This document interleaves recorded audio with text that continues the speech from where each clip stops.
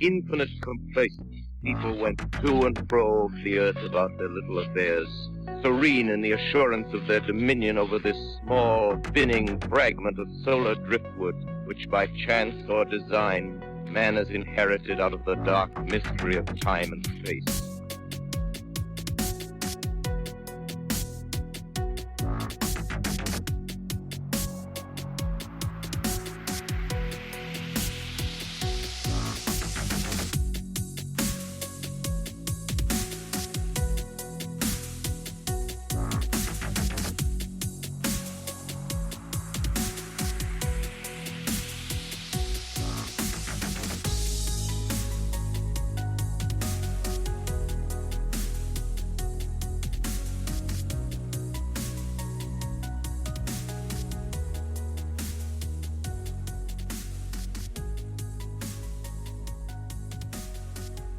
So I am located currently in a little tiny town called Ashland, Kentucky. It is situated on the Ohio River in a tri-state area, Kentucky, Ohio, and West Virginia. We're, like you said, rife with a lot of different paranormal activity. I honestly think that this is one of those thin places where the veil gets thin and other things from possibly other dimensions can kind of seep through. So I'm not too far from Carter County, Kentucky. Bigfoot has been sighted there quite frequently. Heard there are a lot of Bigfoot experiences in that area. I'm also very close to Serpent Mound. A lot of people are familiar with that. I'm 83 miles from Hellier, Kentucky. I'm sure people remember the documentary, if they're into the paranormal, on Hellier. And then there were a lot of experiences, not firsthand for me, but secondhand. Blair, West Virginia, it's about 60 miles. And then, of course, right up the river from me is Point Pleasant, West Virginia. It's about 37 miles away. So I'm definitely surrounded by an area that's heavy with the paranormal. Yeah, as you say, like Carter County, between just Carter County and having Point Pleasant right there, even just those two things. I've heard about Carter County for ages as far as various things go, especially, of course, for Bigfoot activity. Yeah, and also, so literally right across the river, and the Wayne National Forest is actually located within Lawrence County, Ohio, towards the northern end of it. And there have been a lot of Bigfoot experiences in the Wayne National Forest as well. Yeah, absolutely. I remember Mark DeWorth. He would always bring up Wayne National Forest as a big Ohio hotspot for Bigfoot. And I've only visited there once when I used to live in Ohio. Really, really cool area. Just all of a sudden, it feels like you're in the middle of nowhere. Yeah, and you really are. There are no really large metropolitan areas around where we are. The largest one is probably Huntington, West Virginia. And I think its population is probably about 40 to 50,000 people. So we have a lot of area that isn't inhabited, at least by human beings, surrounding us. So it's pretty cool. Yeah, I think it's easy to forget that.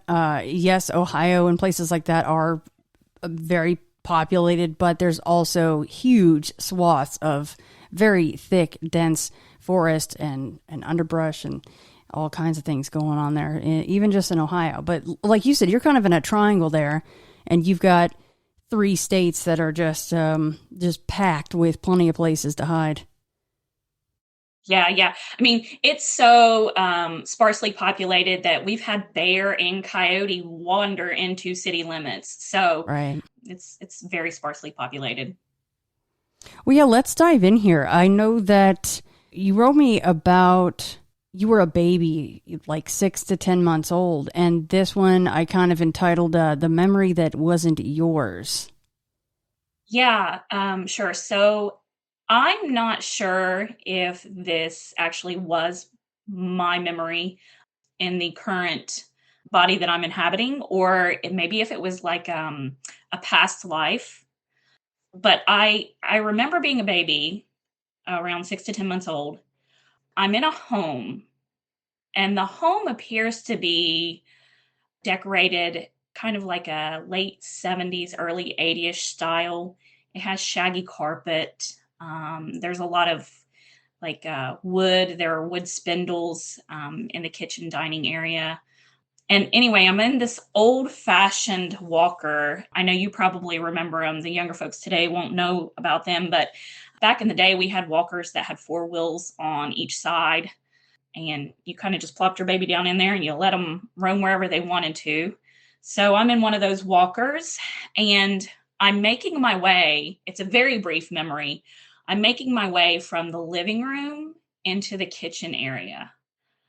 And I remember the floor too in the kitchen kind of having like that lime green and yellow appearance. And it was designed, but it was those colors, like those funky 70, 80-ish colors. But that's it. That's the memory.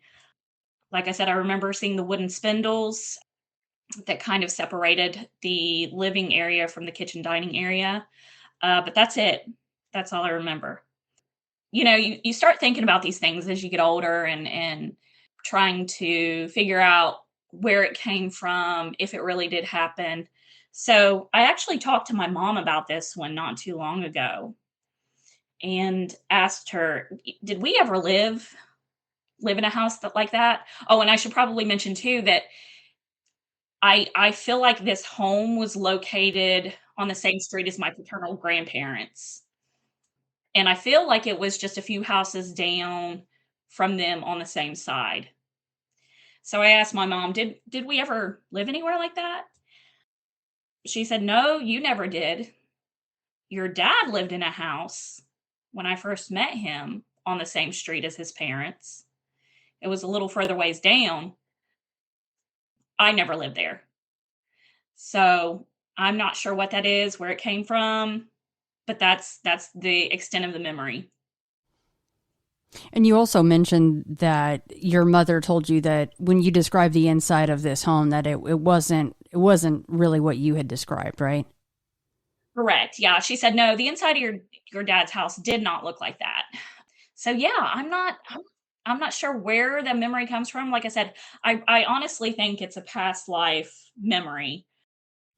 Well, considering what we're going to be covering today, with the email you sent me, I know some of the details of these stories, and I hazard to say you're at the very least highly sensitive, if not psychic. You know, if that's one and the same, people can probably argue that they are, but I'd hazard to say that you're both of those on some level, right?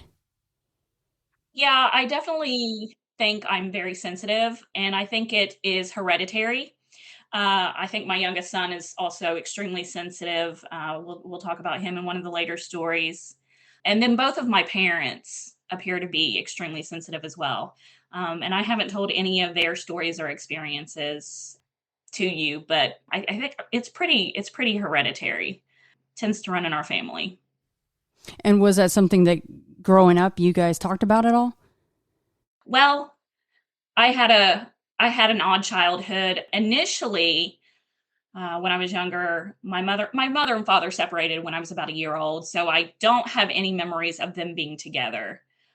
But as I got a little bit older, my mom became extremely religious, and she was actually Pentecostal. And I don't know if you know anything about the religion, but to her at that time, anything out of the ordinary that happened was evil. So we didn't really talk about a lot until after she got out of that phase of her life. But my dad was always very open about things that happened and his beliefs. And a lot of people, would say he's an odd duck or an oddball. But that's just because he's extremely open about the experiences he's had and the things he believes. And I appreciate that. I don't feel like we should have to keep it hidden if we're sensitive or we experience things, and there's still a little bit of a taboo attached to it. But yeah, to answer your question, with my father, yes. With my mother, not so much until I was a little bit older. But we all openly discuss it now. So, Stephanie, this next one that we are going to discuss just made me grin ear to ear because I think no matter what age you are, most of us want to believe that this is real, that this person or whatever we're going to call it is real. And so we're going to go to this home that your father lived in with his girlfriend, right? Yes. So this was an old Victorian home that had been separated into apartments. The apartment that we resided in was the front portion of the house. So it was upstairs and downstairs, and it contained the original staircase. I was about probably between 4 and 7, and my brother, who was just 13 months younger than me, he and I would actually sleep on a mat on the floor, one of those old-timey roll-out mats. We're not talking an air mattress. We're just talking a mat. We slept in the living room. So it was Christmas Eve. Again, I'm probably between 4 and 7 because I still believed in Santa. I remember waking up and glancing up at the steps, and there on the steps, coming down the steps, was Santa Claus.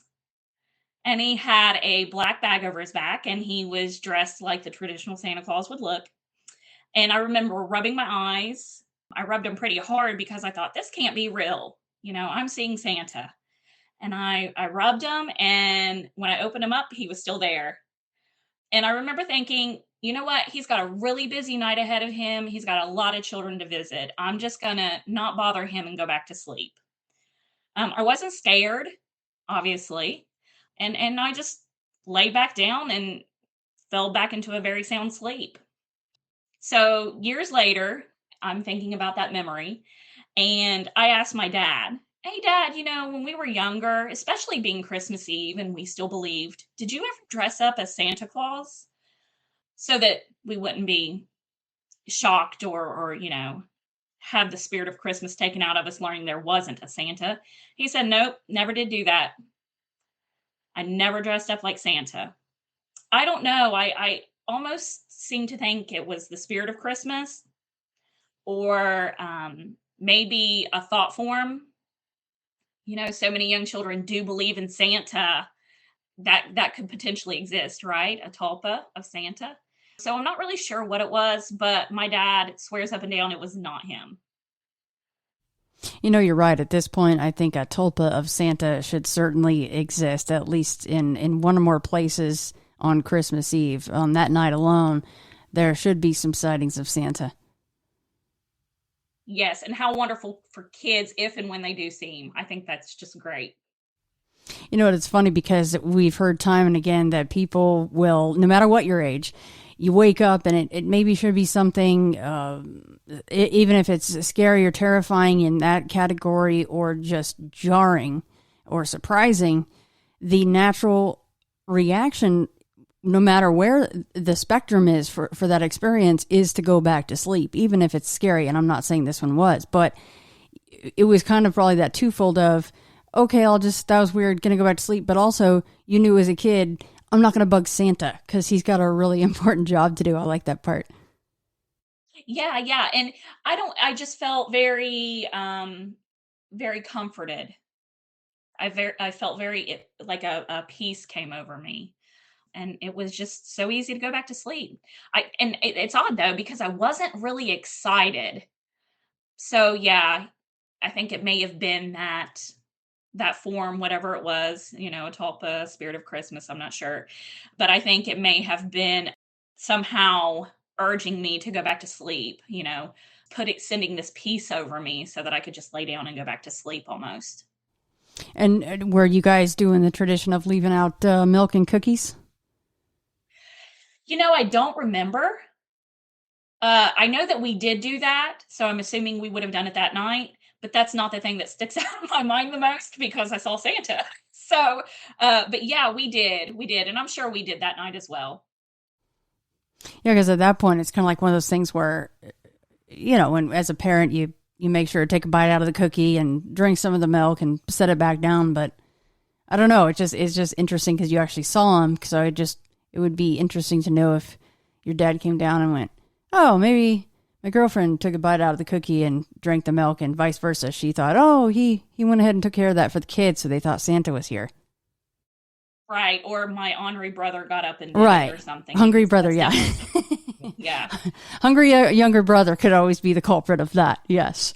Well, Yeah. I like that one, Stephanie, because as I said, I think even no matter what age you are, you want to believe Santa's out there.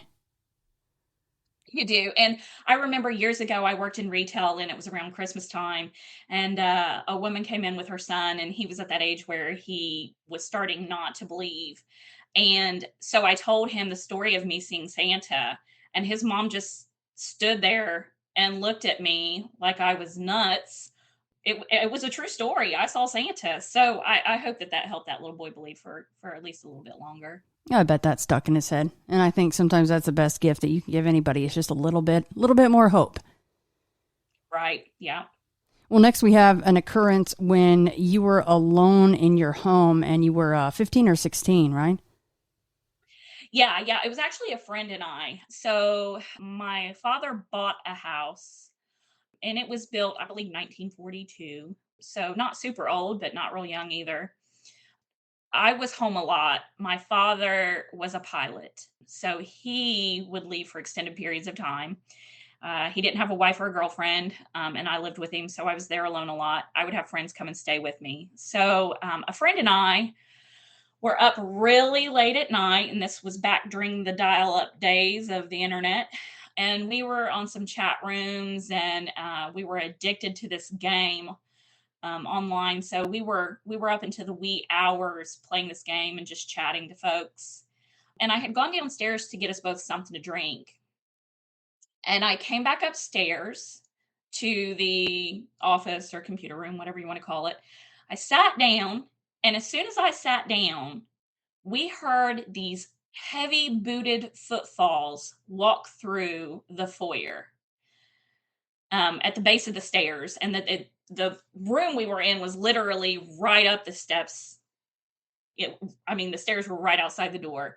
And it scared me. And I looked at her, and she looked at me, and her eyes were as big as saucers. So I knew she heard what I heard. But I asked her, "Did you hear that?" And she, yes, she said she did hear it. And so I got up, and because the doors to the rooms didn't lock, they didn't have locks on them that worked anyway. We shut the door, and we shoved a chair up underneath the door handle, and we did not leave that room until the sun came up. And when we did, we checked out the house. Nothing. No doors were unlocked, no windows were unlocked or open, nothing was out of place. There was nothing. So I was never able to explain that experience. As benign as heavy footfalls might seem just on the periphery, when you actually put yourself in the shoes of the two of you in that situation, it's actually really scary because you guys were scared enough to shove a chair underneath the door because it didn't lock, which you might have done that anyway, even with the lock, because you thought there was an intruder in the house. That's actually really scary. It is, especially when you're young females. There was nobody else home with us. We didn't know who or what that was. And yeah, we were scared to death. Bet you guys didn't go to sleep. You were playing the game all night, huh?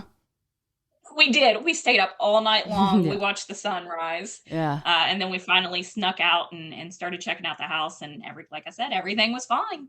Did you mention that to your dad at all? I don't know if I've ever mentioned that experience to my father, but my father still resides in the same home, and he has had a lot of personal experiences in that house.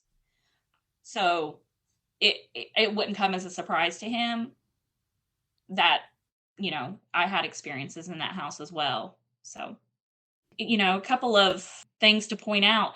Later, when I was probably in my early 20s, I was talking to the neighbor, and they had lived in the neighborhood. They had lived in the same home for years. And she mentioned to me a couple of prior residents. One was a gentleman who had been a shop teacher. I don't know if people out there in the cyber world know what shop is. It's carpentry. But she said he had a shop downstairs in the basement, and he actually built a set of shelves that were still there. And then she also mentioned that a lady and her daughter had resided in the house. and the daughter was college age. She had gone away to college, and the mother was at the side of the house.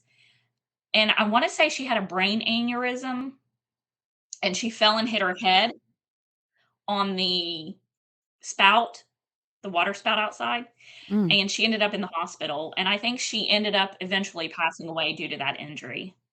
Well, in the aneurysm, obviously. So we have had some experiences in that house, and I think the booted footfalls. After I found out that there was a gentleman that lived there alone, a bachelor, and he was into carpentry, I tend to think that that was him.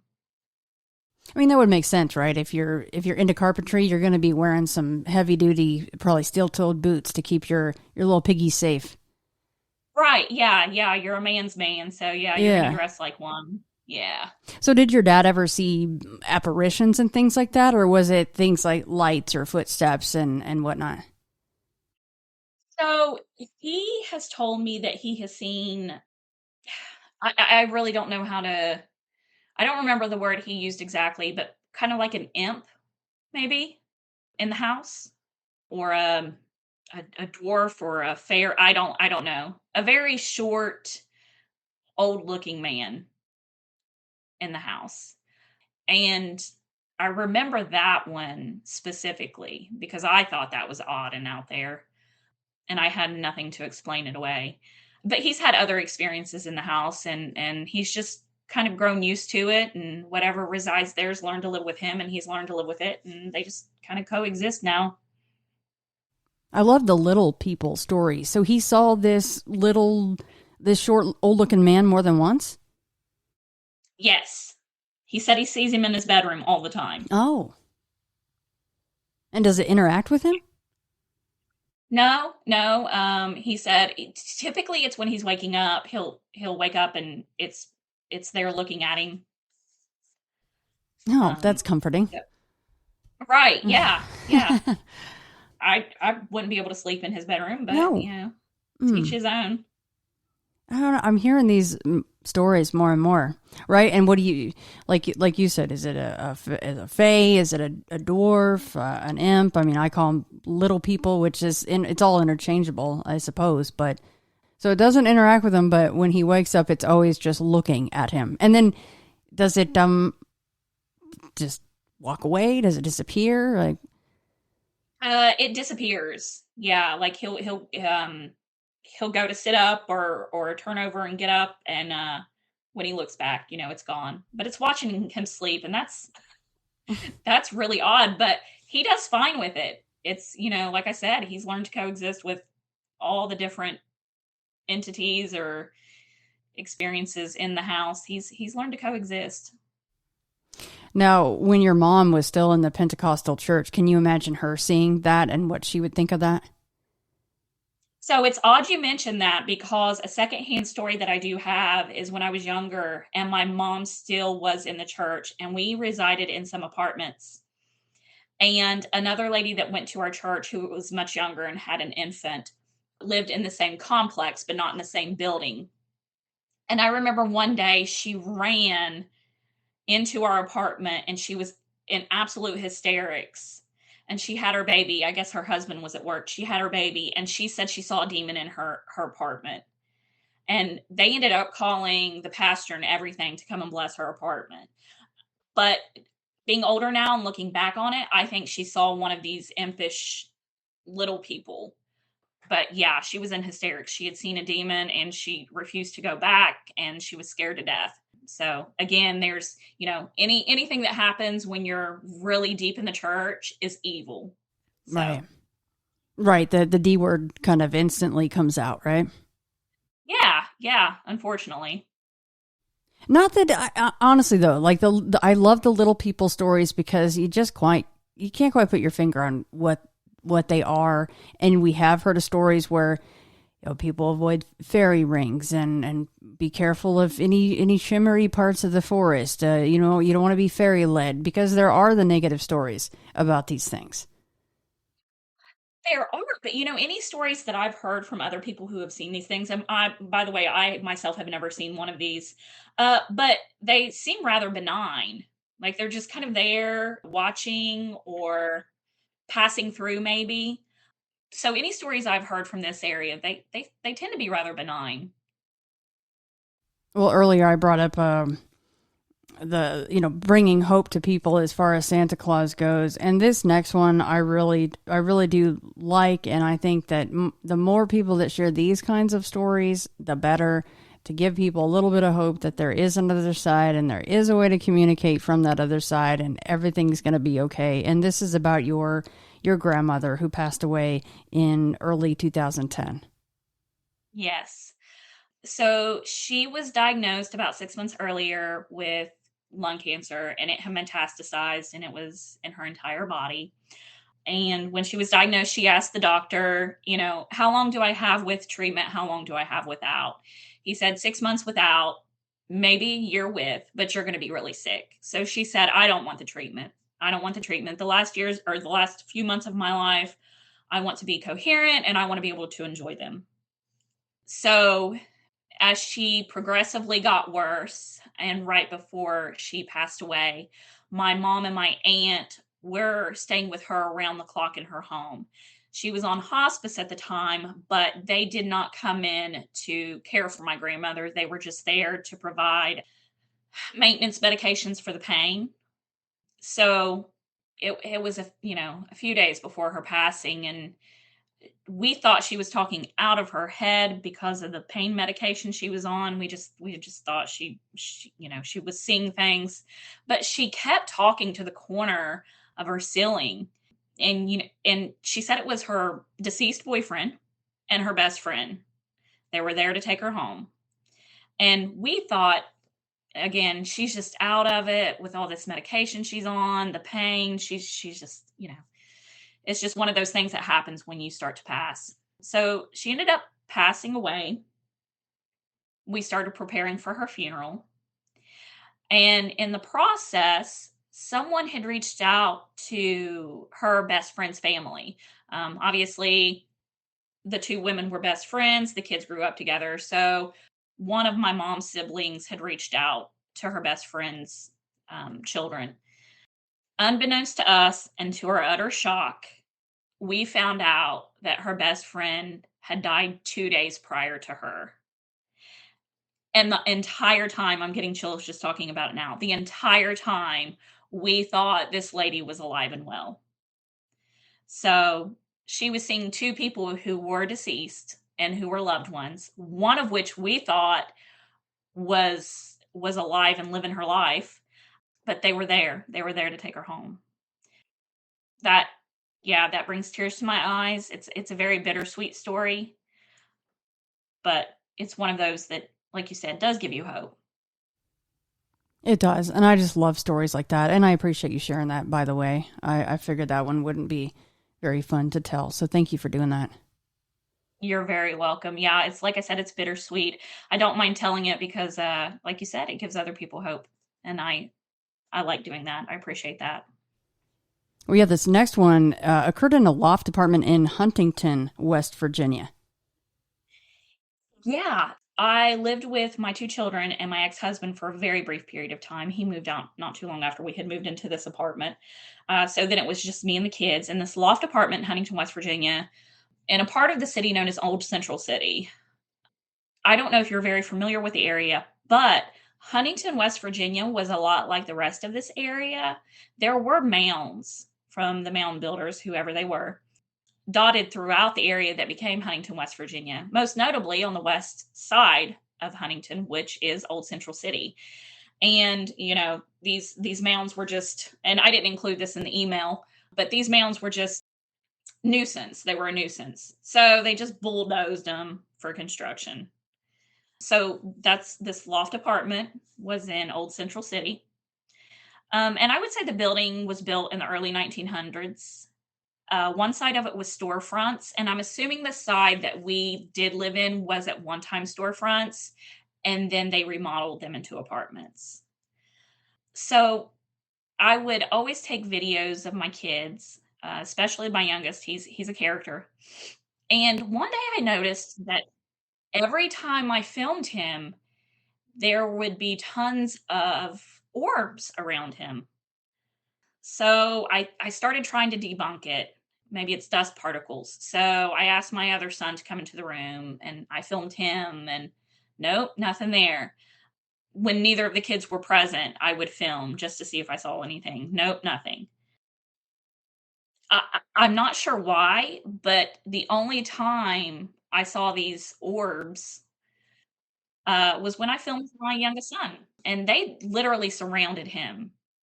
There were a multitude of them around him, but no other time. I saw them no other time, physically visible or through a lens. I didn't see them at any other time. And as you said in the start, your youngest son is the one that seems to be sensitive. Yes, he does. So yeah. So I think that, I personally think that these beings, these presences, they can sense our sensitivity, and so they're drawn to us. And I think that's why I always saw those orbs around him. Well, I know we've got some UFO stuff coming up later, but what about you? Have you ever had a video taken of you or photographs taken of you and you've had orbs around you much the same as your youngest son did? No, not that I'm aware of. No, I have taken photographs that have shown very odd things, but nothing of me with something else in it. Nope, not that I can remember. So this next one goes down in Ironton, Ohio, and I'm not familiar with where that is. Okay, so Ironton is, you're familiar with Ashland, Kentucky, correct? Yes. Or no? Okay. Ironton's right across the river. Yeah, so it's about 5 minutes away. It's a little west of Ashland, but it's right across the Ohio River. Oh, I've probably driven through there. Just didn't realize that's where that was. Okay.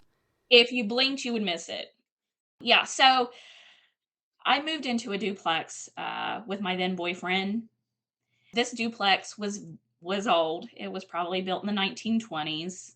It had very intricate details in regards to like the door handles and just little odd things that let you know that it was an older home. It had a built-in corner cabinet in the dining room. It was very pretty. The first experience that I ever had in this duplex was one night we were laying in bed. We not just heard, we felt the building shake. We felt our apartment shake. And we heard this loud boom. And it sounded like somebody literally kicked one of our doors in. It scared me to death. My heart skipped quite a few beats. He jumped up out of bed and he was like, wait here, I'm going to go see what that was. And I was like, no problem, dude. You go get yourself killed. I'm going to stay right here. Because I thought somebody had broken in. That's what it sounded like. So he goes downstairs.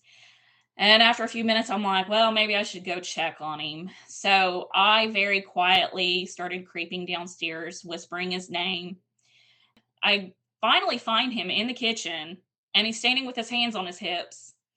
And there is a plastic cake carrier. So it's like, you got the bottom where the cake's in, and then you got the plastic top you snap down with a little handle. It's one of the rectangular ones. So there was a cake carrier, and it was laying in the middle of the kitchen floor. And the kitchen was huge, and there were things lining the sides, but there was nothing in the center of the kitchen. We didn't even have a table in there. I tried to debunk it. We never did figure out where it came from or how it got there. I did put it on top of the fridge, kind of off the edge, and I was kind of like jumping up and down, like maybe if I move enough, it'll fall off. But we couldn't get it to budge. And even if it had fallen off of the refrigerator, we're not sure how it would have ended up where it did. Right side up, might I add. It was sitting right side up. Nor could we figure out how that small plastic pan or cake carrier falling would have made that much noise. Like I said, it sounded like somebody kicked our door down. But that was the only thing we found out of place. And we never figured out how it got there, and we never figured out how it made such a loud noise. That's one of the worst things, is waking up and thinking that someone is in your house. And I don't know what else you'd be thinking at that point, especially when you get downstairs and there's a little cake Tupperware holder down there on the floor. Like, what in the actual hell is going on here? Right. And that, yeah. We thought that a lot of times in this duplex. This duplex was rife with activity. So yeah, there were a lot of times where I was like, oh shit, here we go again. Well, yeah, what about the, what's next? Oh, the dancing lights. Yeah. So another night we were laying in bed. Now our bedroom did face the front of the house and we had windows on the front. And there was a street below, obviously. But we were laying there one night and all of a sudden we saw all these green lights. There was no definition to them.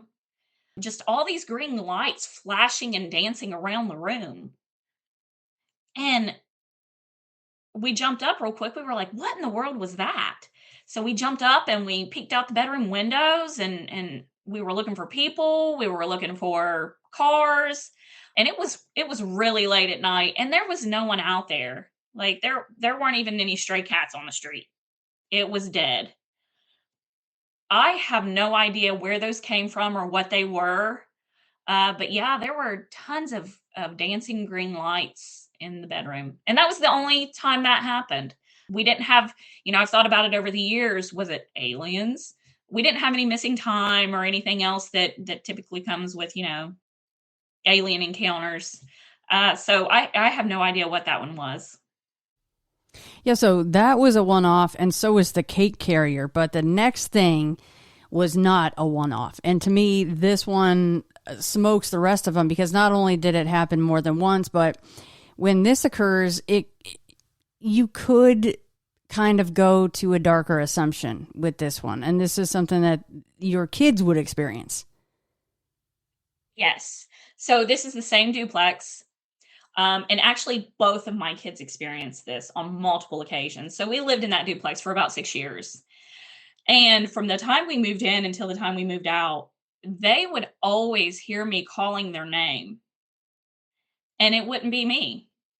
If they were upstairs and I was downstairs, they would come to the top of the steps and yell down, "Yeah, Mom." And I'd always say, I didn't call for you. It wasn't me. And it was a really regular basis that this occurred on, almost daily. And at first, my youngest was pretty scared about it because it was a ghost or, so we never felt threatened. I never felt like it was a malevolent presence. It was more like a motherly feeling that we got from whatever it was. But my youngest, he got to the point where he would just walk off and be like, "Stupid ghost." I'd be like, "It wasn't me." And he'd be like, "Stupid ghost."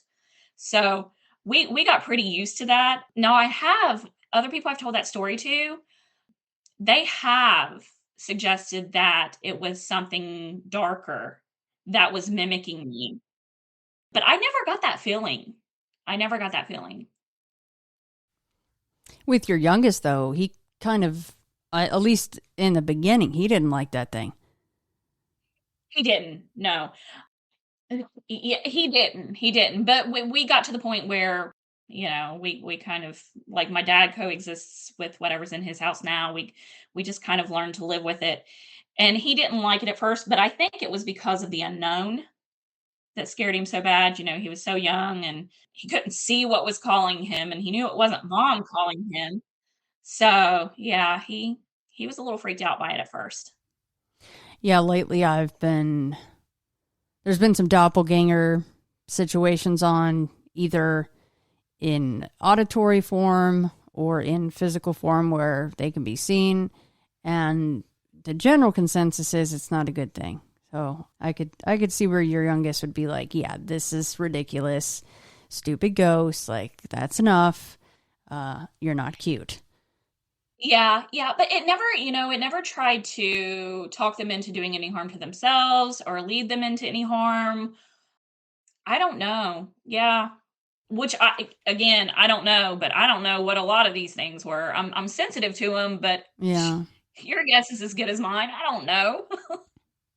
No, and that's the best thing to say, right? Is we just don't know. I don't know with the doppelganger stuff. It almost kind of goes, well, is that all the energy that one had, right? That whichever one was in your duplex, that's all the energy it had, was just to call the kids and just kind of annoy them. Because it does seem like it would know that it was, at least to and I know your youngest, for some part of it, it was scary, and then moved more maybe into an annoyance, and then you just move into getting used to it. But these others can actually manifest and look like other people. Even Shanna, who was on Ancient and Powerful Part 1 and 2, I don't know if you've heard those yet, but she's been having, even still to this day, has some doppelganger stuff going on, auditory, and it's not so good.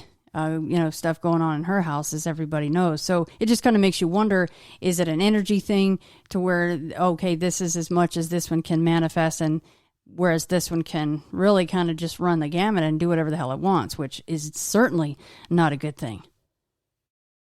Yeah, and I never thought of it that way, but are you of the opinion that maybe these things are feeding off of the fear, feeding off of the negative energy that they invoke in people?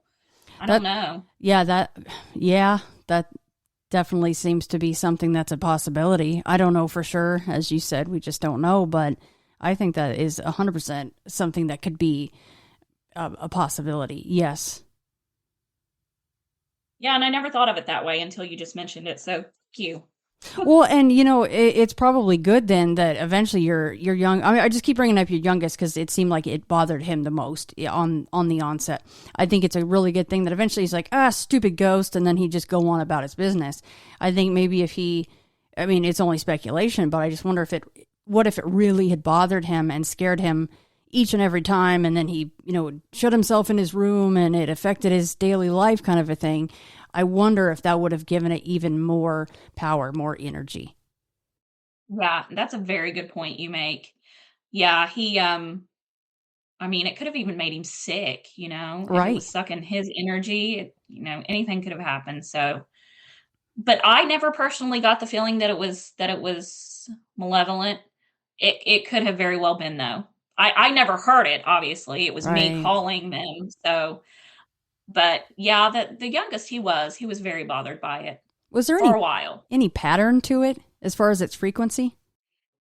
No, once I noticed that they started hearing it on a pretty regular basis, I try to think, is it happening at a certain time of day? Is it happening at a certain time of the month? Is it happening when we do this or we do that, or when we're happy, when we're sad, when we're fighting, and I could never really find a pattern. Like I said, there would be days where multiple times a day they would hear me calling their name and it wasn't me. And isn't it so strange that obviously you're home with the kids? That's why they're going, okay, Mom, what do you want? You're like, I didn't call you. Isn't it so strange, though, that you could never hear it? Not one single time. Not once. It's Never. just tailored to them. It's just so strange. Yeah, and that's a good point you make, too. I never thought of that either. Yeah, those doppelgangers are freaking creepy. Can you imagine, though, actually hearing your own voice at any point in time? See, because then I don't know. It's a good thing probably that you didn't hear it. But then again, you're probably wanting to help the kids out. But you're like, I don't know what's going on here. I don't know what to do. Yeah. So now that you say that, I was actually just talking to my youngest the other day. And my youngest, by the way, he's 15 now. When I told him I was going to be on your show, and I told him that I was going to tell you about them hearing me calling them, and I wasn't, he mentioned, yeah, Mom, do you remember that I would be so scared sometimes that when I got home from school, if no one else was there, I would sit out on the front porch until someone else got home? Aw. Yeah. So for some period of time, he was very frightened of whatever it was. Never mind. That thing is a jerk. I don't think it is quite as benign, maybe, as some might want to think. Yeah, that what a jerk. Right. Yeah. And I didn't, it's weird too, because I didn't even feel the energy. Right. I just assumed that it meant no harm. I never saw it. I never heard it. I didn't feel the energy. It was just the kids. So yeah, it could have very well been something, like you said, a lot darker, something with a lot more devious thoughts in mind than I was aware of. Seeing him getting home and sitting on the porch, that is an altering of your day to day. And that's just not cool. Right. Yeah. And when he mentioned that, I thought, yeah, there were multiple times where I would pull up, and if no friends were around, because we did have a lot of children there in our neighborhood. So if there was nobody around for him to play with, he would just be chilling on the porch.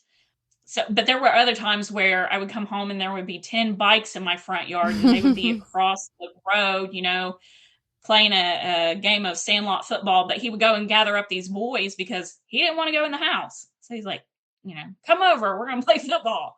So, I mean, when you'd get home though, and there wouldn't be the friends with their bikes piled outside, which, newsflash, everybody, that's how it used to be. It was awesome back in the day. It was Stranger Things. The way that they rode around their bikes was real.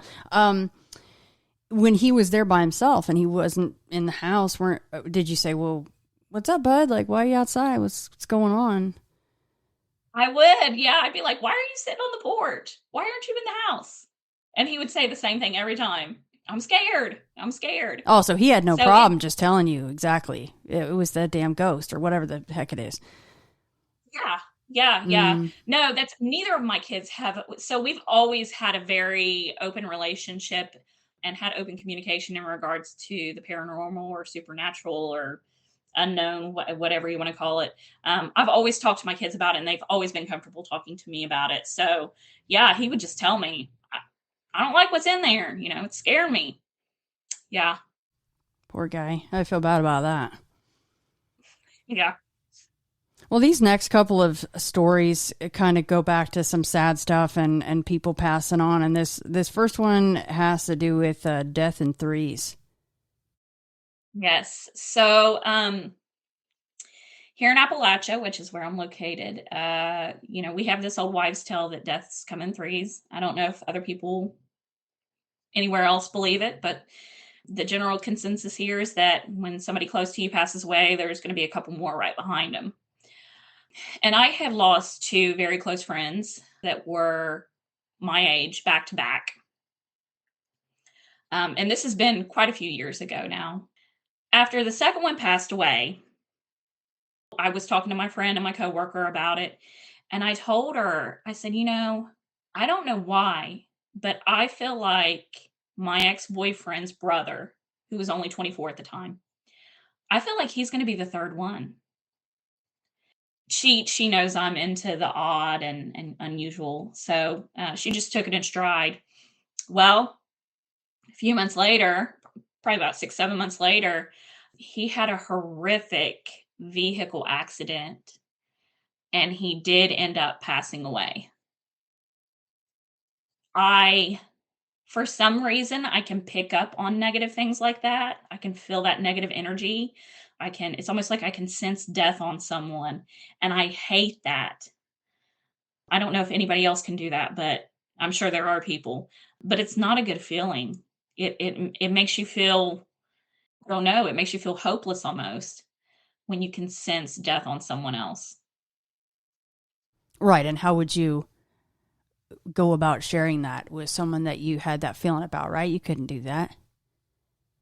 Right. Yeah. And I hadn't spoken to him in quite some time. And, thank God that my friend and my coworker, that she was not freaked out by, the things that I would tell her. Like I said, she took them all in stride.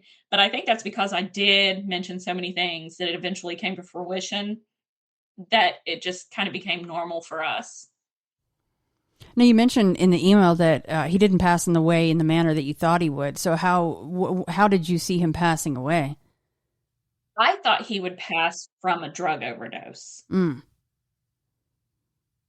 Yeah. Well, did drugs have anything to do with the accident? No, they did not. But when they did the toxicology, they did find, the only thing they found in his system was marijuana. Mm. No, he wasn't intoxicated or inebriated in any way when the accident occurred.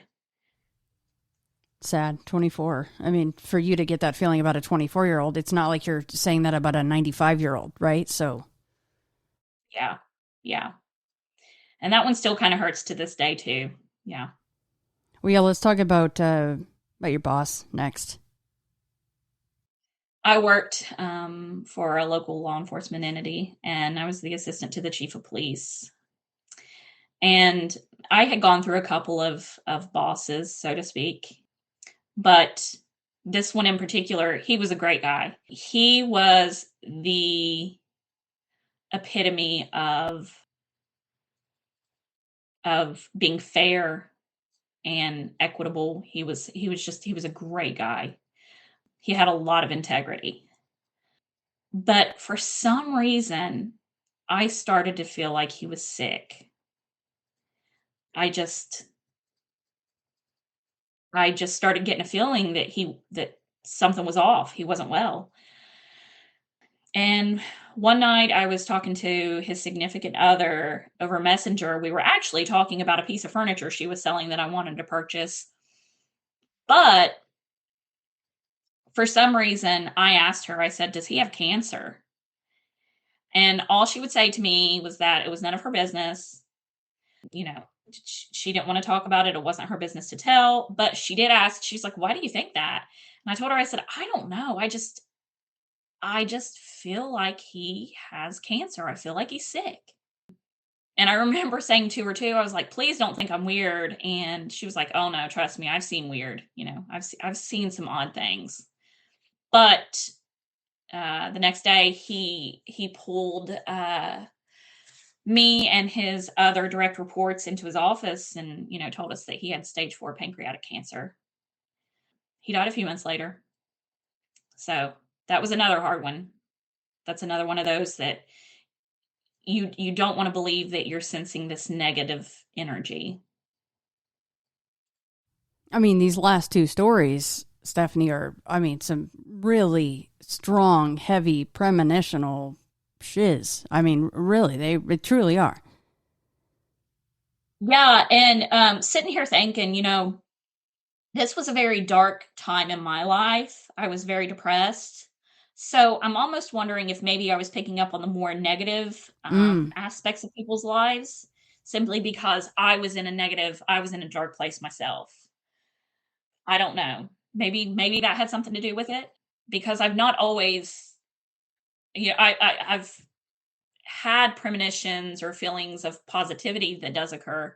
But yeah, and these two happened back to back. The last few that I just described, they happened back to back. So I'm wondering if maybe my own frame of mind didn't have something to do with me picking up on that.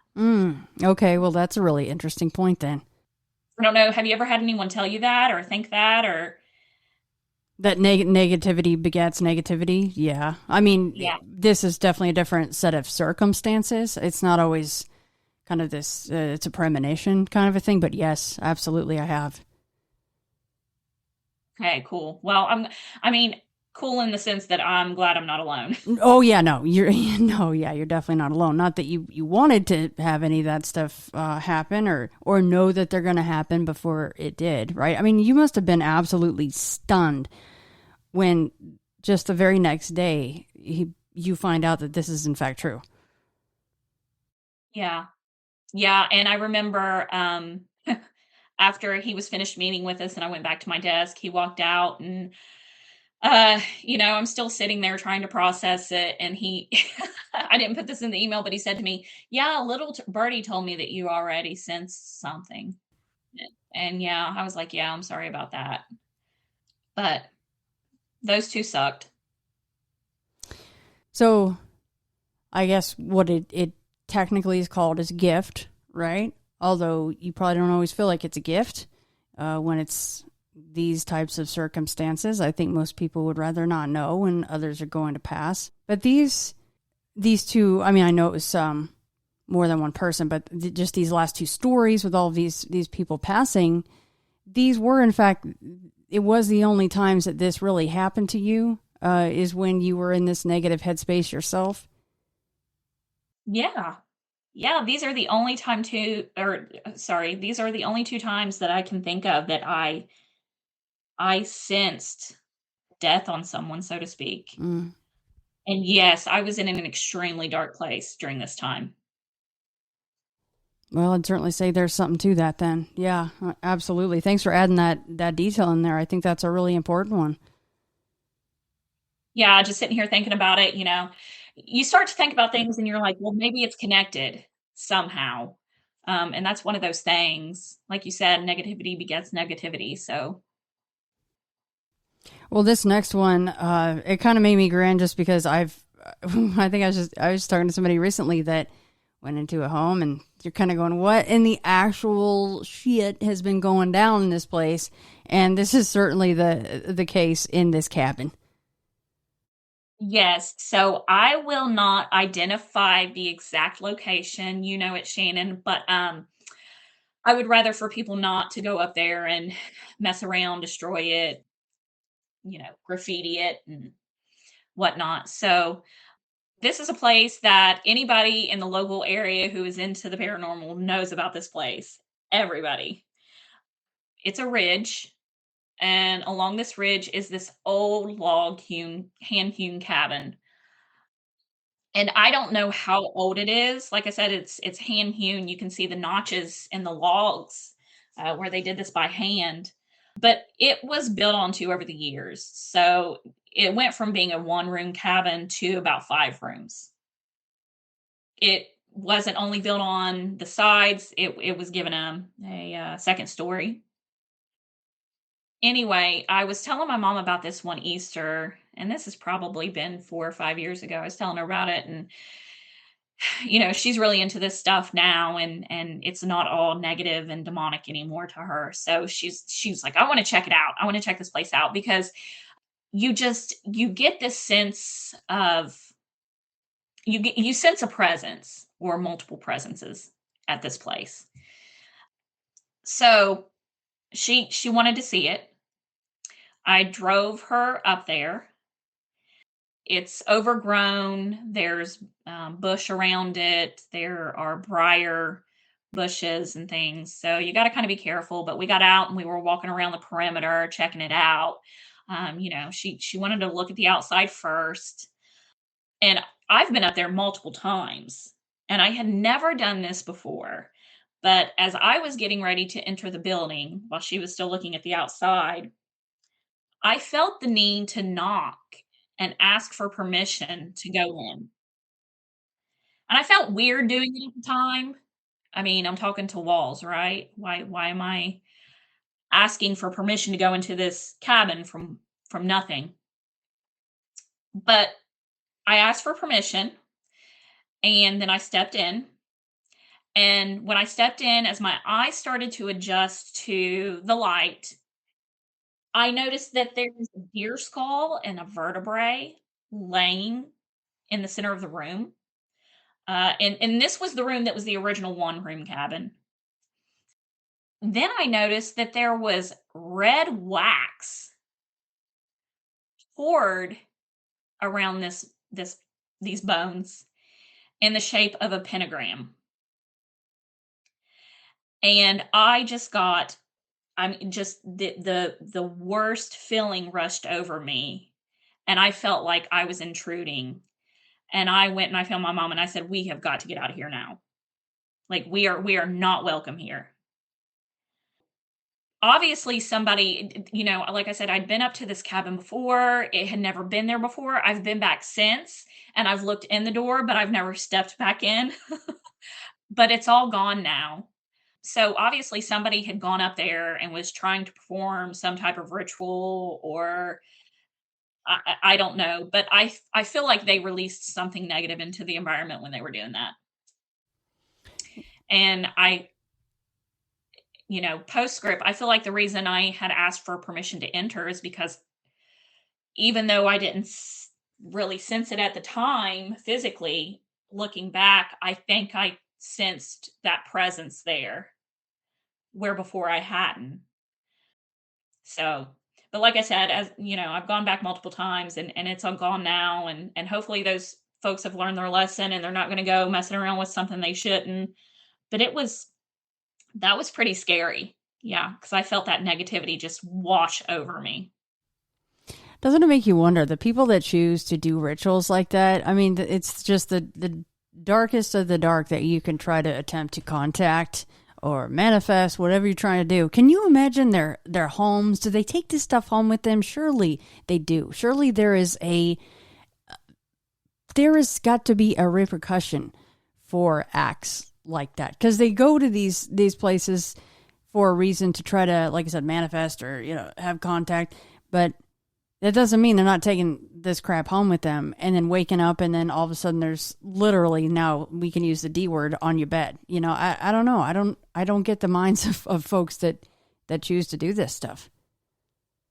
Well, and it's, why would you want to mess around with something like that? If you're not proficient in this craft, so to speak, why would you want to mess with that? Why would you want to risk letting something negative like that come into your life? It's going to wreck and ruin your entire life.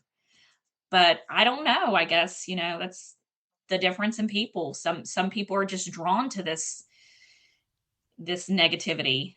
But I mean, you could feel it. You could cut it with a knife. The tension. Yeah, they're like, oh, let's go to the creepy cabin in the woods, and yeah, we want to, get Black Phillip to come out and say hello, but we don't want him to come home with us. He's not allowed to do that. Like, you're conjuring something super dark and probably pretty damn powerful if it can come through. Who are you to tell it what the hell to do? It's probably going to come home with you, and good luck ever sleeping again. Right. Yeah, exactly. Yeah, I don't get it either. I really don't. I read that. I'm like, oh, here we go again with the, with the pentagrams and the candles and animal sacrifice really ticks me off because I love animals. So, I mean, I don't know that they, hunted a deer, use it as a deer. But anyway, we've heard other stories of dogs and house cats and chickens and goats and all kinds of things. So I don't know what these people are thinking. And I mean, to do something like that to begin with, you have to be a pretty evil person. Yeah. You have to be a negative entity person, being yourself. So, but man, what a world of hurt when you bring something into your life that you're not really anticipating, but to each his own. I mean, I know they do it. I would never do it. I've never messed with a Ouija board or any of that. Seances, no, I stay away from that stuff. It scares me to death because of the doors you can open and the things that can come through. And once you open that door, how do you know if you close it right? Especially if you're not proficient in this craft. How do you know that you close the door correctly? How do you know nothing else through? How do you know you sent whatever back to where it came from? And I don't feel like people do this. They go out and do this stuff like this in public places could be proficient. Like those that have done this their entire lives, I feel like they keep it hidden. They keep it behind closed doors. And I feel like these people are just kind of like copycats. And man, that is not good juju. That is not good juju. No, not at all. Yeah, it's kind of like, I hate to use the word wannabes, but I mean, that's kind of what you're kind of getting at, right? Like if you're just kind of stumbling your way through some Latin words and then you're drawing this thing in this public place and who knows what's going to happen after that. And we've heard that people think that they're cursed or they have a dark energy or entity around them. It actually will manifest in the form of what you would essentially consider horrible luck, right? It's not always, oh, I see dark shadow people every night ever since I drew the pentagram and cut the chicken's head off or whatever the hell they do. A lot of times it's just horrible luck or people passing away, heaven forbid, but they will classify it as, oh, now I just have the worst luck ever. Right, yeah. And it's like, no, the reason your life is falling apart is because you went out and you messed with something you shouldn't have. So. Yeah, I don't, well, maybe it is kind of sad to hear that place is gone because it seems like it had a lot of history, but maybe it's, unfortunately, because people are assholes, maybe it's for the best. No, the house is still there. What was gone was the vertebrae. Oh, okay, good. Pentagon. Yeah. So as far as I know now, I haven't been up there in a couple of years, and it was starting to, fall apart a little bit. But again, it's got good bones. Those heavy ass log hewn or hand hewn logs Yeah. that it was made out of. So as far as I know, it is still standing. Straight out of Again, the the reason I won't give away the location yeah, because no. Mm-mm. No. yeah. But yeah, it's some straight out of the Blair Witch Project. No fun. No, not at all. All right, well, next we're going to Prospect Place, and this is, of course, near Zanesville, Ohio. Sure, yeah, and I won't say the name of the TV series, but there was a paranormal crew that went and visited it. You can. It's not a big deal. Um, Yeah, I don't mind. yeah. Oh, okay, yeah. The guys from Ghost Adventures, they went and visited it. Now, side note, the guy that gave us the tour, who's actually the owner of the house and a descendant of the original builder and owner, he told us, when they were here, they went places they weren't supposed to. Like, I guess they weren't supposed to be up in the lofts in the barn. And he's like, they did it anyway. A friend of mine and I went up there to do the historical tour. And we weren't on the ghost tour. I'm using air quotes here. So he couldn't talk about any of the hauntings or any of the paranormal that was going on there.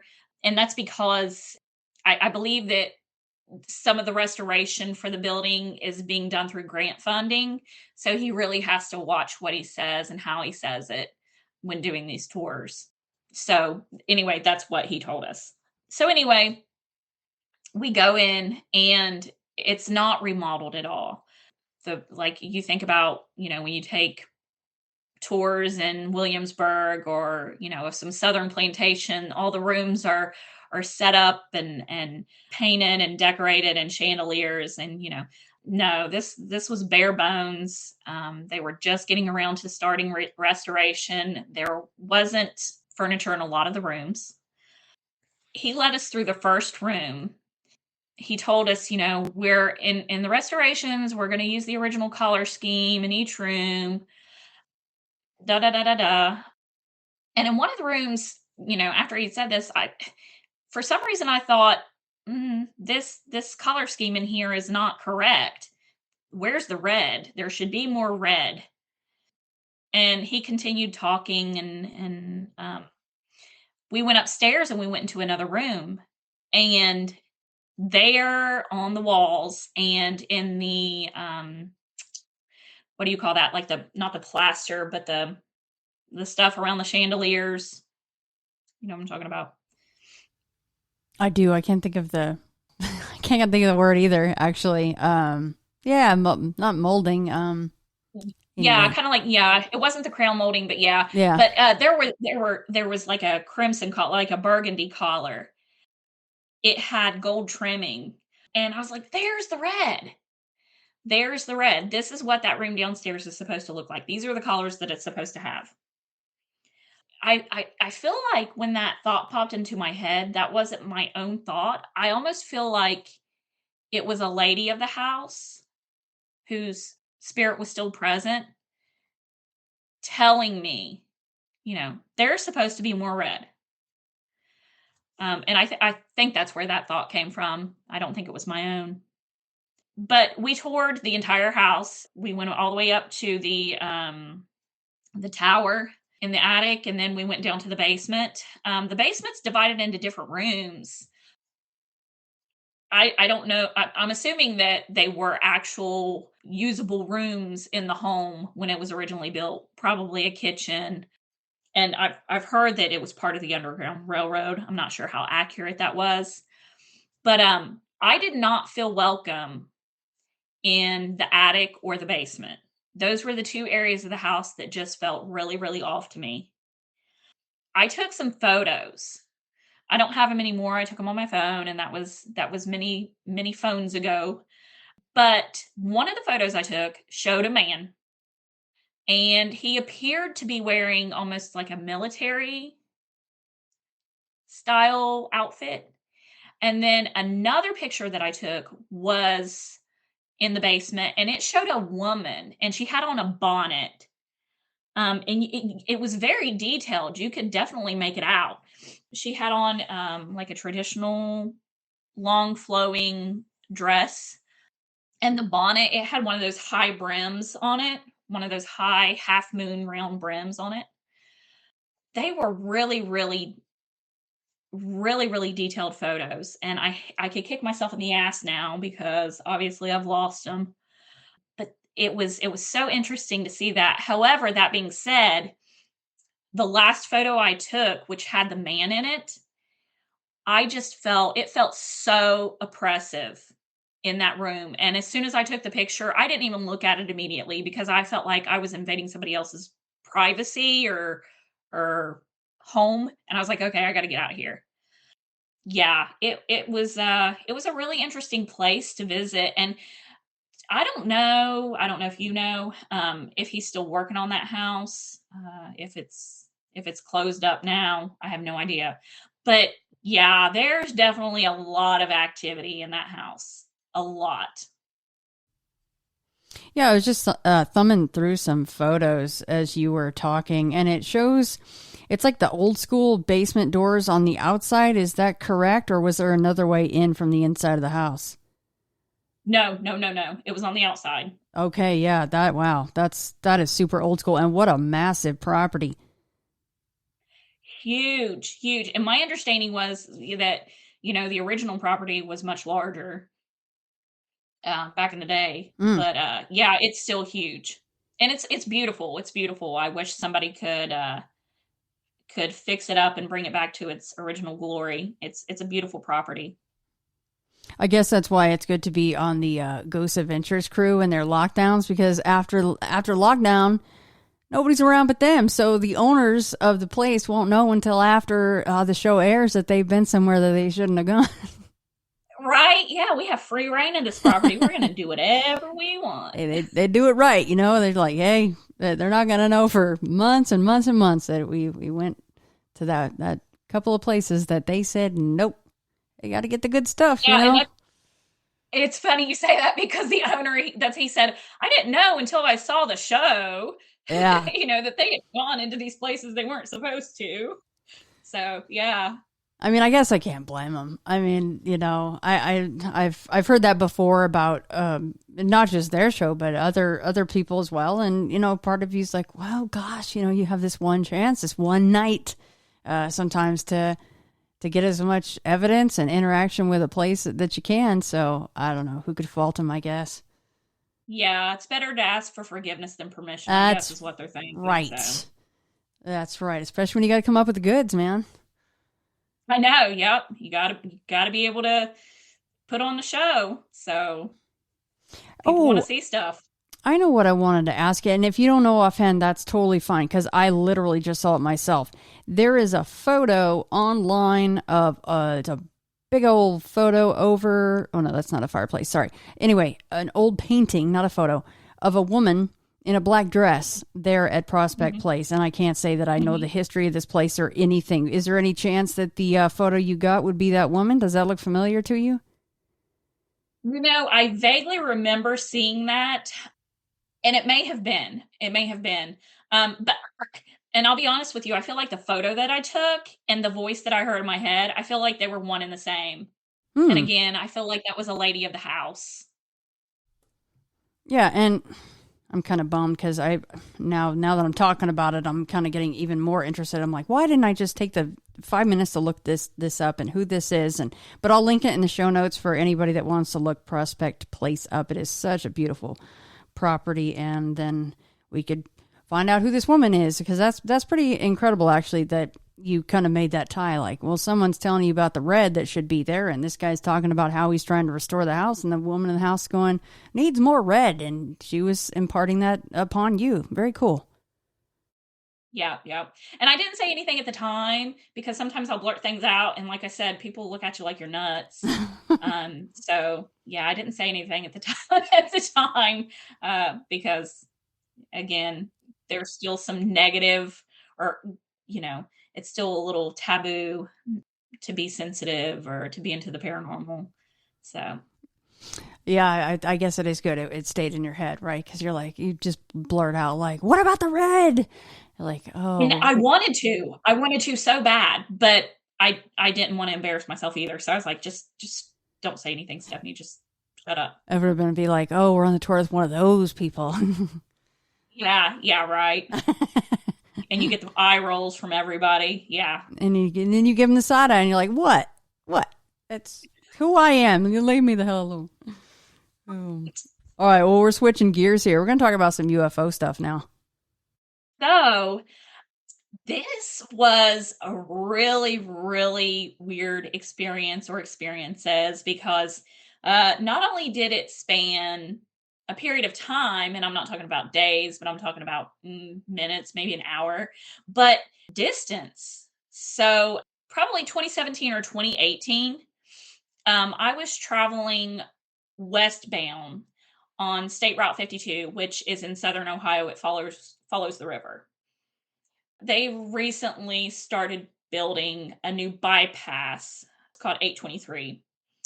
And when they were building it, they cut through a lot of hillsides, a lot. I mean, they just literally cut the hills in half and ran the highway through it. But it wasn't done yet. Again, they just started on it, or maybe halfway done with it. But as I was going down the road, it was a very clear night. The moon was out, the stars were out.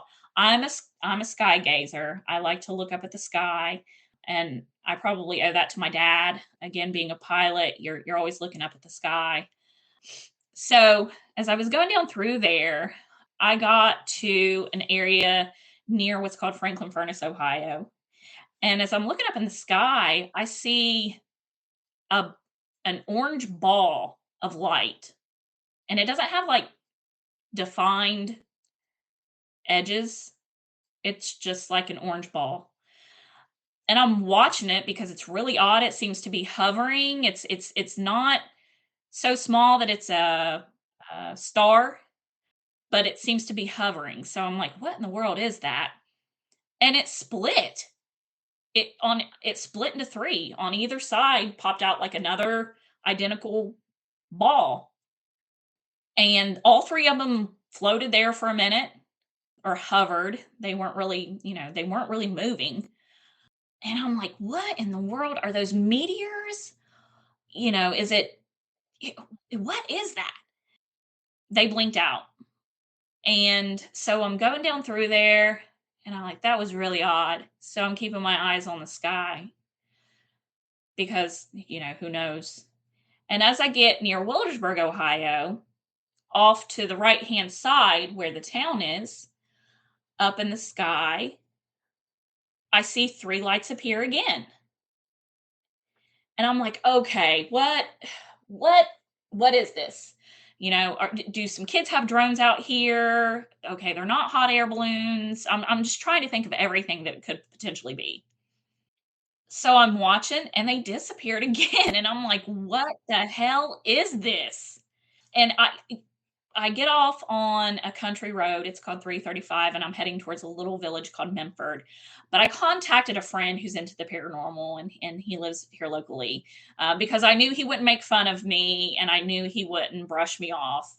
And so I reached out to him. I said, have you heard about anybody seeing anything weird in the sky tonight? So he's like, no, I haven't, but let me look. And he hops on Facebook, and he found a post from someone else. And they had been in New Boston, Ohio at Walmart, and they had filmed the same thing I saw. They filmed the three lights. And I was like, oh, yay, somebody else is seeing this. I'm not crazy. So I continue to scan the skies. And I turn onto a road called Lucasville-Memphis Road. And I head towards US 23. And on Lucasville-Memphis Road, the DOT had built a temporary hub for the guys that were working on the new 823 bypass. As I get there, about right there, off to the right-hand side, over the hills, multiple lights appear. And I'm not talking like just a few. There's There's a ton of lights that appear, just boom, boom, boom, boom, boom. Again, the same burnt orange. I'm awestruck. I'm trying to watch the road. It's a very curvy road. I'm trying to watch the road as I drive, and they start to disappear as well. So I keep driving, and I'm headed to my then boyfriend's house, who lived out in Piketon, out in the country. I called him and I asked him, I said, has anybody, he worked at the prison, the Lucasville Penitentiary, the Southern Ohio Correctional Facility. And I was like, has anybody seen anything weird at the prison in the guard towers or anything? No, no, nothing. So I'm like, okay, what was it? Flares? I'm trying to think. Was it flares? I don't think it was drones. Was it military drones? But man, there were so many of them. It was so bizarre. And I finally get to his house. He hasn't made it there yet. So I sit in my car for a minute and I catch my breath because I'm just a little excited over this. I I step out of the car and I'm still looking in the air right over top of me. So as I'm looking up, it comes from behind me. Right over top of me floats a single burnt orange globe or circle, whatever it is. Again, it did not have defined edges. It was just a light. It made no sound, no humming, nothing, nothing. It just went straight over me. And I thought, oh my God, if this is an alien, they're going to take me. So I jumped back in my car really quick. Like that's going to protect me. I don't know, jump in my car, lock the doors. But I sat in my car until he got home. Again, my dad's a pilot. I'm pretty familiar with aerial vehicles. I can't figure out what this would have been. Typically, even military drones typically have like green lights on them. This was just one. They were all the same color. They were like this burnt orange color. The light didn't really shine. It seemed kind of solid, but again, it didn't have defined edges. But this is what I think it was. I personally believe that this area is very near Serpent Mound, very near Serpent Mound. And I honestly believe that this was aliens or some other type of being that had left some things behind, and they were buried in those hills that they were blasting through for the new highway. They were like, you know what? Man isn't ready to see these things. Man is not ready to come to terms with the truth. So they came back to get them. Whatever it was. But that's just my own personal belief. Now, I believe that there was an article in the newspaper. I don't remember if the military put it out or if it was just an article that one of the journalists had done, but I believe there was an article about some training that they were doing out of Rickenbacker in Columbus, near Columbus. But I don't believe that. I don't believe that. I've never seen anything like that before or since. It was really bizarre. There were too many, as I was traveling down the curvy, windy country road called Lucasville-Memphis Road, too many popped up all at once. I mean, there were probably a dozen. I don't believe that was the military. I don't have an explanation. Like I said, I'm probably a little weird for thinking it was aliens coming back to retrieve something they had left, but that's the only explanation I can come up with. Now, that last sighting of the burnt orange circle, can you estimate how far above you that was? Yeah, so that's one thing I'm not good with. I have to wear glasses because I'm not good with distance, but maybe a football field. That's pretty So close. maybe 100 yards. It wasn't super high. It wasn't super high. Again, it was moving too slow to be a meteor. The light didn't blink. There weren't more than one. There was just one solid light, one solid color. No clue. I have no clue what it was, what they were. None. And the last one especially just seemed, I don't know, this is probably me, just I hear a lot of stories, but I have to throw this out there because this is where my mind goes, because that last one just seemed a little bit more kind of personal and tailored to you. And do you think that it's all possible that it did that because of the fact that you noticed them, so it just kind of hovered over you just to say what's up? I do. And that's the thing too. I saw these. I mean, this was, I don't know the distance. I would have to Google the distance that I traveled, but I saw the same looking objects over an extended distance. I mean, we're talking miles and miles and miles. And they were all orientated at different, they weren't all orientated to the north or to the south. They were orientated differently. And then the one that went over me, it was moving. The others just kind of hovered. This one was moving. So yeah, it may have said, "You see us, we see you.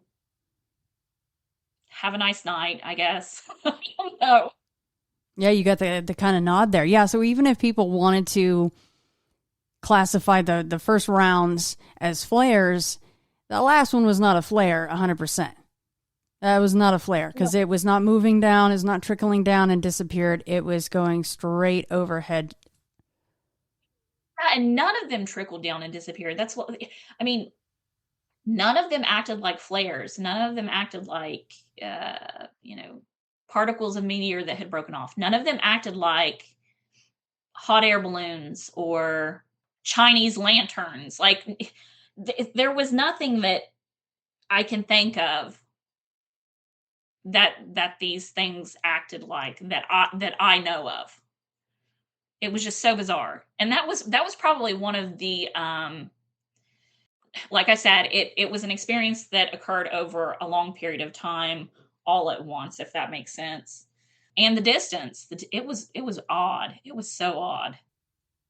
That's why I think that there is probably a consciousness aspect tied into not just the UFO thing, but probably a lot of the stuff that we talk about. So that I think that last part of that night is adds a whole nother layer to it, you know? Yeah, definitely. And so I really like Whitley Strieber. Is it Strieber? Is that how you pronounce Yeah, Strieber, yeah. Strieber, yeah. So I've read probably all of his books. And I really like the theory that he has that all of these entities or beings or anything that's that has a consciousness, it all comes from the same place essentially. I like that idea that there are things out there that we don't know about that it's all related in some way. That really appeals to me. So, yeah. I think it was an intelligence picking up something they left behind years ago, but I could be wrong. I don't know. And I mean, I don't see it on my list here, but have you had any other UFO sightings after this one? No. Never. Well, if you do, especially with you being as sensitive as you are, I'd hazard to say that, if you had that experience again where you're kind of outdoors and it's only 100 yards overhead, or even if it's further, just, ask it in your mind to get brighter, or, go to your left, or go to whatever you wanted to do. But, I know you've heard those stories too of people supposedly being able to communicate with these. Yeah. Was it? I think it was on your show where I listened, and the lady she had almost like called them to her. Like she had been thinking about them, and then a day or two later, she saw UFOs. Was that on your show where I heard that? It definitely could be. So many. I've just heard so many stories that sometimes I forget who and when and what and all that. So yeah, sorry. Yeah, it was like she was called them to her. It was so odd.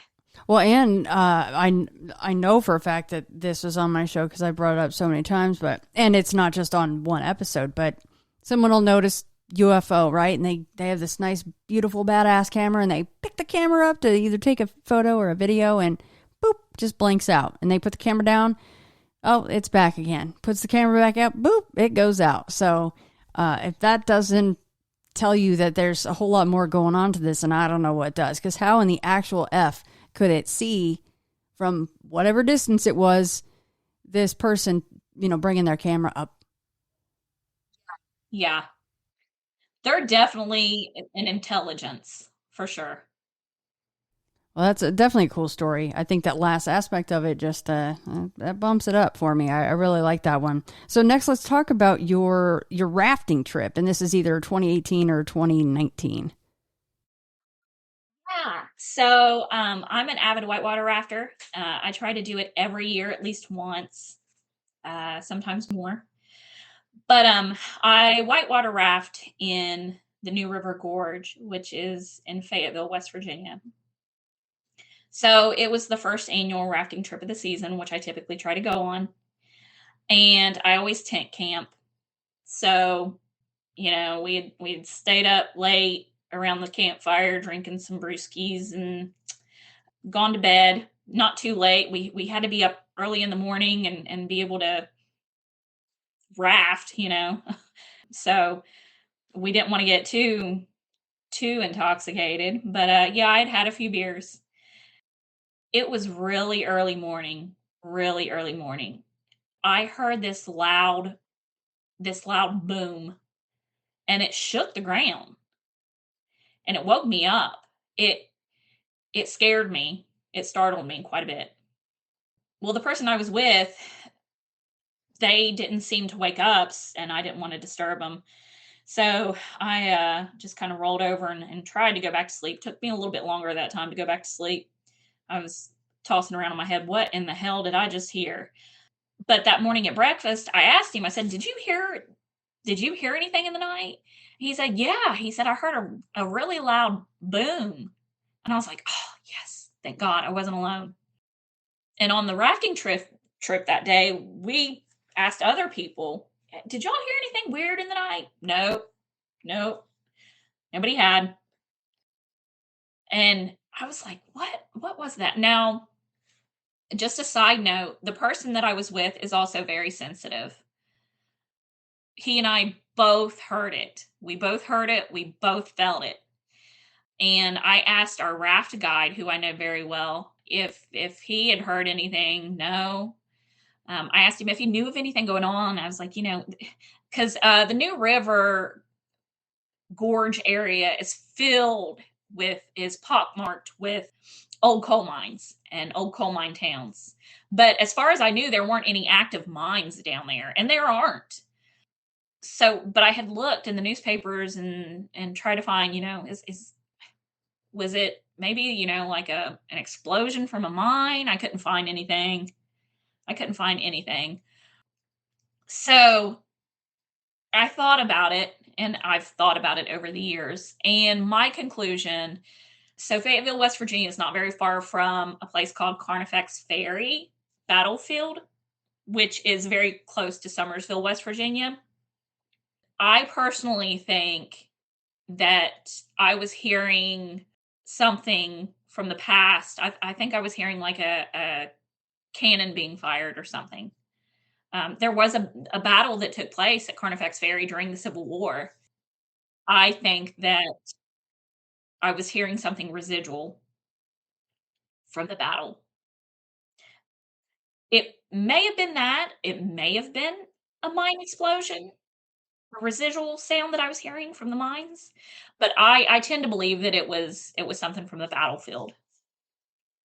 Yeah, I mean, if you're talking about, and you already used the word there, and that's residual, this auditory phenomena, I think probably it's. I would happen to agree with you that it's probably tied more into the battle than the mines. Of course, there have been plenty of mine disasters and accidents and people dying, but when you're talking about a battle, we know that that's what went down on that end of things, right? So, yeah, that kind of phenomena is pretty fascinating, actually, and the fact that it was so loud that and powerful that it shook the ground. It did, and I thought it was so odd. Like nobody else heard it. Me, and the person that I was with heard it, and we could not find anyone else. The raft guides who lived there permanently, nobody heard it. The people just passing through, going on trips like we were, nobody that we talked to heard it. And we presented it like, oh, did you hear anything weird, last night? We thought we heard something. We didn't tell them what we heard or that it shook the ground. Again, you don't want to sound crazy, but no, nobody heard anything. So Well, and as you said, your friend is sensitive as well, right? he is very, very. There you go. Dun dun dun. Plot thickens, right? Yeah. Yeah, you didn't want to get left on shore and be that person. Like, oh, they're not getting on the raft with us. They feel the ground Right, shake yeah, and no yeah. one else does. That's it. Because to them, that would sound like an impossibility. If something was that loud and had that much power to shake the ground, and didn't experience that, then yeah, you'd definitely get some looks on that one. Yeah, yeah. Again, you are out there. You're nuts. If any of these things happen to anyone that hasn't experienced them through their life or, on a fairly regular basis, you're crazy. Yeah, we know when to tuck the freak flag in. Just a little, just tuck it right in a little bit. I mean, there are those occasions where you just have to do that, and that's okay. Yeah, yeah. All right, well, next we're going to talk about the coal miner. This is a really cool story, by the way. Yes. So it was actually the same person that I had been on the whitewater rafting trip with, the one who's sensitive. We were dating, and he is originally from Blair, West Virginia. I don't know if many people are familiar with it. It's where the Battle of Blair Mountain occurred. So I just so people understand, this wasn't like a war battle, a military battle. It was actually a battle between the coal miners when they were trying to unionize, the citizens of the town, and the coal mine operators. But things got so sketchy that the governor of West Virginia got a hold of the president and was like, Mr. President, we need some assistance. Things are out of hand here. It's lawless. They're fighting. So the coal miners were marching towards Logan, West Virginia, and they made it to Blair Mountain, which is where Blair is located. On the other side is Logan. And when they made it there, a battle ensued between them and the sheriff of Logan and the citizens he had deputized. And then later, the National Guard came in to break everything up. So that's the Battle of Blair Mountain. That's in a quick summary what happened. So anyway, the guy that I was seeing, he didn't work. He was a disabled vet, and I had been laid off of work. We loved to just travel the roads, the back roads of this part of West Virginia. We liked to just get out and explore. It was one of my favorite times, just going down there and either hiking or four-wheeling in the mountains. It was beautiful, breathtaking. It had tons of history, which I love. So it was a good time. Well, one day we stopped in Blair. Prior to this, he had told me this story. So he started telling me again while we were there. We stopped in Blair and we were walking around and looking, and he and his brother, when they were about 12, they had dirt bikes, and that's what you did out in the country. You didn't have, anything within walking distance. There might have been a few other kids around, but you didn't really have anything to do. So you played outdoors, and their thing was riding dirt bikes. They had been riding their dirt bikes. They rode up this path that went past the local cemetery. It was almost like a pauper cemetery. People are still buried there today if they can afford a formal plot and a formal cemetery. There are still people that are buried there. But the path went up past it and then kind of ran along a ridge about halfway up the mountain down to a dead end. So they were riding it. They went up past the cemetery. About halfway down the path, they came to this old man that was sitting on the upside of the hill of the path. And he was just sitting there. So they stopped to talk to him. They have the gift of gab, him and his twin brother do. They asked him, what you doing? His kids will do. And he told him he was resting. So they talked to him a little bit more, and it was nice talking to you. And they went on down the path to the dead end, turned around, came back. And it took them maybe 5 minutes on those dirt bikes to go down to the end, turn around, and come back. When they came back, he was gone. And they looked down the path. They didn't see him. They looked up the mountainside. He wasn't climbing up. Looked down. He wasn't walking down. They didn't hear any rustling in the leaves or the bushes of him walking anywhere. And they thought that was kind of weird, but whatever. So they went on down the path. At the end, down by the road, there had been some coal miners working on a culvert. And they originally had assumed that he was with them. And he was just resting because he was tired, But when they got down there, he wasn't with them. This guy that I was dating, he also noticed after going past the miners, the bottom, that the old man's mine uniform, he had a mine uniform on. It was really old looking. It was really dated. Like something you might see maybe from the 60s. I don't know. But he said, it was a lot older looking and raggedy than the coal miners who were working at the bottom of the hill. So we're out walking around. We walked around the cemetery, of course, and we're walking down the path. And he's retelling the story. And we get to an area, and he's like, about right here is where we saw him. So I start looking around. I'm curious, looking for maybe initials on a tree or maybe, like a grave marker they had missed or, just anything. Just try to figure out where that guy came from. There was some really weird mushrooms. Well, at least I assume they were mushrooms.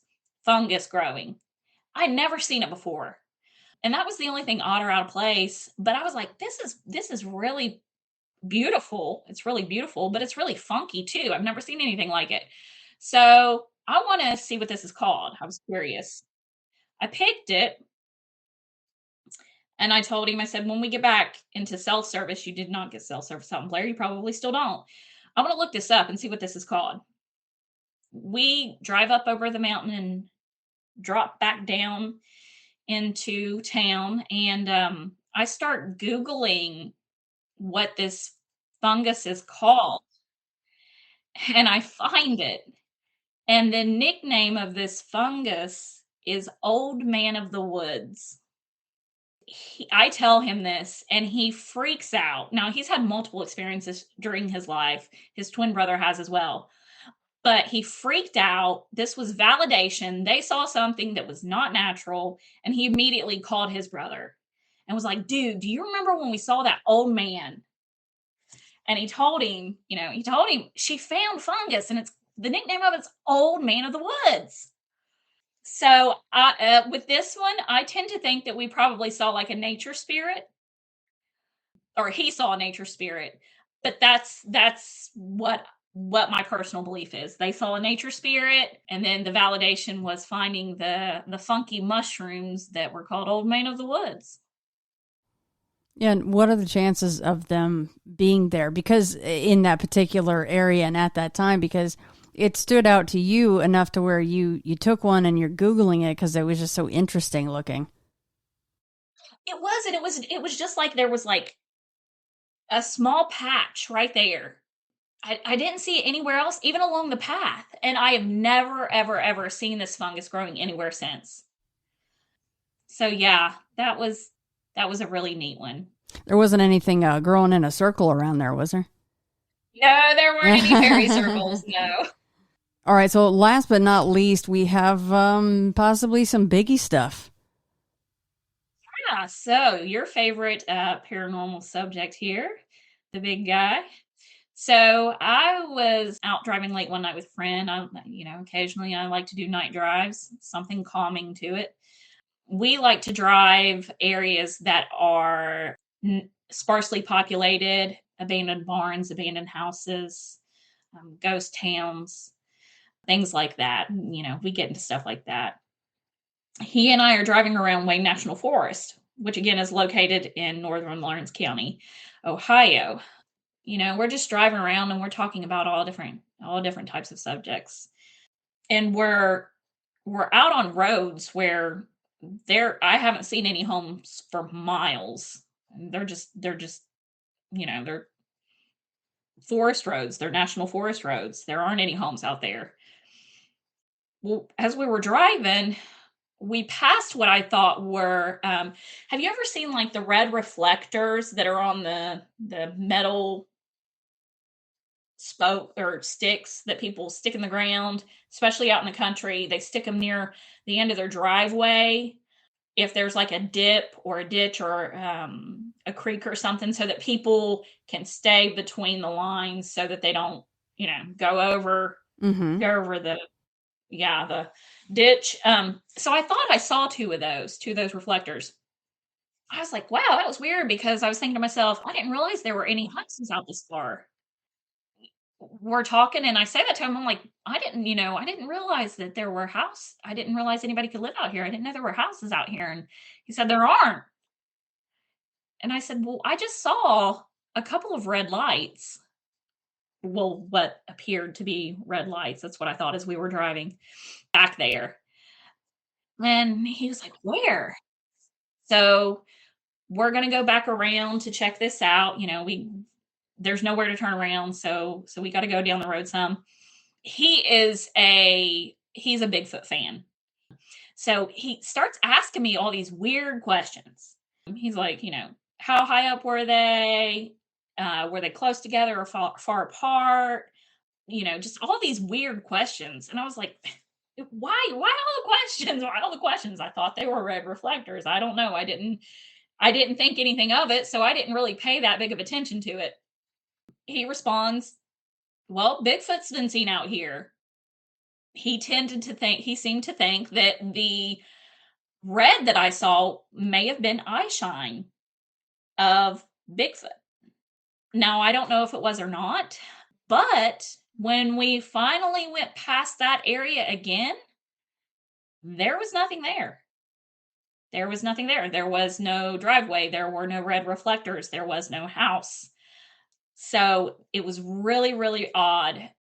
It struck a chord in me. So he and I agreed, the following day, we're going to go out. We're going to go out when it's light. We're going to see if we can find anything. We went out there the next day and we couldn't find anything. We couldn't find anything at all. We didn't even see animal tracks. So I have no idea what it was I saw, but I saw something.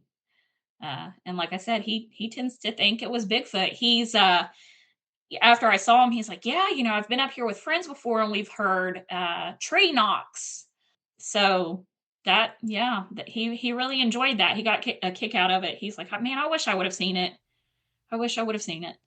Yeah, considering the area, it definitely could have been. And considering the fact that you thought that they were driveway markers, that would be quite far apart. So that could fall in line with, two big old Bigfoot eyes on their huge faces that are spread quite far apart. Well, and I couldn't figure it out. And I still think about it to this day. And I have no idea. Like I said, there weren't any larger animals that had walked through the area. We didn't see any hoof prints or paw prints. I'm stumped. I have no idea. But again, he tends to think that I may have seen those glaring Bigfoot eyes. I love that area of the country. I miss it a lot. A lot of days I miss being out there. So, well, first of all, thank you so much for coming on and sharing all this, Stephanie. Now, before I let you go, though, does your youngest son still experience anything at all? So he hasn't really told me he experiences anything. He's an empath.